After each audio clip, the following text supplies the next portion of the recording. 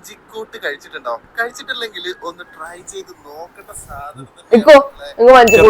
വഞ്ചിക്കൂട്ടാ special sea food meal. എനിക്ക് ബിരിയാണി മതി. ഞാൻ ഒന്നില്ലെങ്കിൽ പ്രഗ്നന്റ് അല്ലേ? പ്രഗ്നന്റ് അല്ല ആണെങ്കിലോ? ബിരിയാണി കഴിക്കാന്നല്ലേ പറഞ്ഞത്? അവിടെ ബിരിയാണി എടുക്കൂ, ബട്കൽ ബിരിയാണി, സ്പെഷ്യൽ ബിരിയാണി അയക്കു കഴിച്ചെന്താ? ഇല്ല. എങ്ങോട്ട്? ഫുഡ് അടിക്കാൻ. നീക്കം തരം മണത്താണ്ട് പിടിച്ച.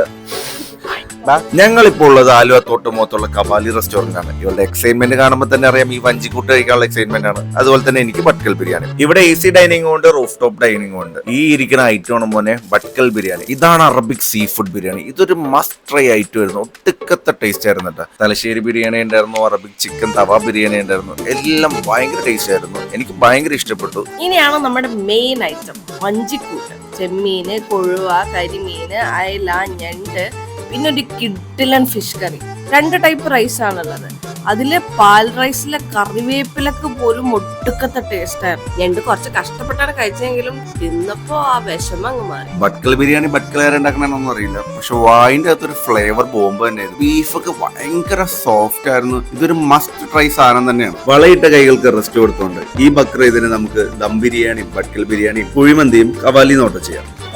ഞാൻ ബേബി ഉണ്ടത് നോക്ക്. അങ്ങനെയാണെങ്കിൽ എനിക്കുണ്ട് ബേബി, ഫുഡ് ബേബി.